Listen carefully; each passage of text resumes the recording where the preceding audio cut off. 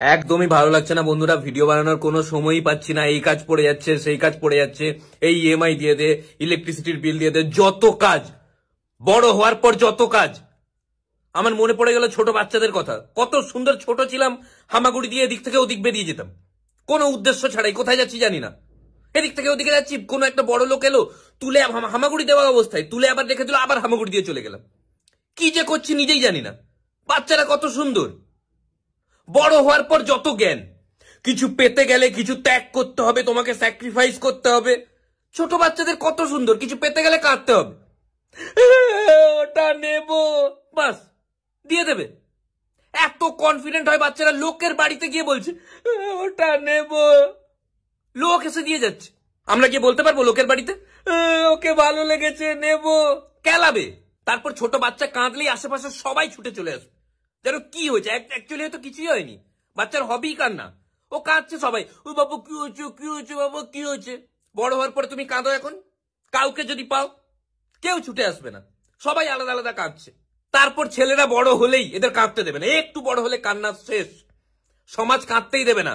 এই ছেলে হয়ে কাঁদছিস? কোন ছেলে কাঁদছে না তারপর থেকে আর, মানে লোকের সামনে তো কাঁদবেই না। নিজের ফ্যামিলির লোক মারা গেছে সেখানেও কাঁদছে না, কান্নাকে ভেতরে ঢুকিয়ে রাখছে।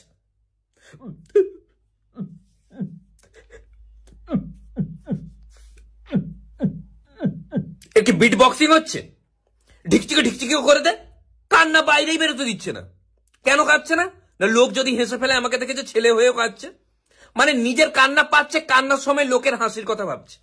তবুও তো এই সেন্টেন্সটা তাও ভালো, যে ছেলে হয়েও কাঁদছিস, এটা তাও ঠিক আছে। এর থেকেও ডেঞ্জারাস সেন্টেন্স আছে, মেয়ের মতো কাঁদছিস কেন? বাস, ছেলেদের কান্নাই বন্ধ, কান্না আর আসবেই না। কান্নার আগে মেয়ে লিগো চলে আসবে। এক একজন আবার গর্ব করে বলে আমি বাইরে কাঁদি না, কাঁদি না, আমি খুব স্ট্রং। এরাই সব থেকে উইক, আমি দেখেছি। ঘরের মধ্যে ছাতি চাপড়ে চাপড়ে কাঁদছে, বাইরে স্ট্রং, আমি কাঁদি না। এরা ঘরে কাঁদছে, কেউ না বলে ঢুকে যাক, কান্না বন্ধ করে দেবে। না না, কোথায় কাঁদছি, গুঁড়ো পড়ে গেছে, একটু গুঁড়ো পড়ে গেছে। এর সব থেকে বড় উদাহরণ হচ্ছে সিনেমা হল। কোন ইমোশনাল সিন চলছে, পুরো লাইট অফ, এখানে এই সুযোগে কেঁদে নিচ্ছে, কান্নার সুযোগ আছে, আওয়াজ না করে।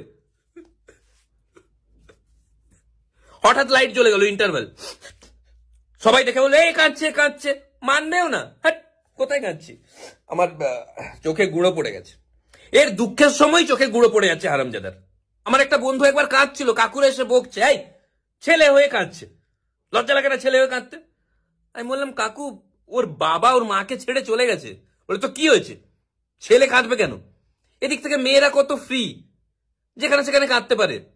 একটু একটু কিছু হয়েছে কেঁদে দিল। আমাদের ক্লাসে একটা মেয়ে কাঁদছিল, মানে করে কাঁদছে, সবাই ভয় পেয়ে গেছে। আরে কি হয়েছে, কি হয়েছে? তোর বাবা মাকে ছেড়ে চলে গেছে? না। মা বাবাকে ছেড়ে চলে গেছে? না। তাহলে? আমার মা বাবা আমাকে ছেড়ে মেলায় চলে গেছে। আর এটাই ভালো, কান্না পাচ্ছে কেঁদে দাও, এত কি লুকোতে হবে কেন? হাসি পাচ্ছে যেমন হেসে দাও, কান্না পাচ্ছে কেঁদে দাও। এক একজন হাসি পেলেও হাসবে না, হাসির দিক থেকেও আছে এরকম। হাসি পাচ্ছে, এদের ম্যাক্সিমাম হাসি এরকম। ভদ্রলোকেরা বেশি হাসবে না, বেশি হাসলে নাকি ওটা মানে ও নির্লজ্জ হয়। এদিক থেকে এটা আবার মেয়েদের জন্য, মেয়েরা একটু জোরে হেসে দিক। এই মেয়ে হয়ে একটু ছেলেদের মতো জোরে জোরে হাসছে, হাসিটা মেয়েদের দিকে, কান্নাটা ছেলেদের দিকে, ওটাতেও জেন্ডার ভাগ করা আছে। তাই ভিডিও শেষে আমি বলতে চাই, আমাকে যেন কেউ না বলে যায় ছেলে হয়ে কাঁদছিস কেন। আমার কান্না পাচ্ছে, আমি কাঁদবো, আমাকে শান্তিতে কাঁদতে দেওয়া হোক।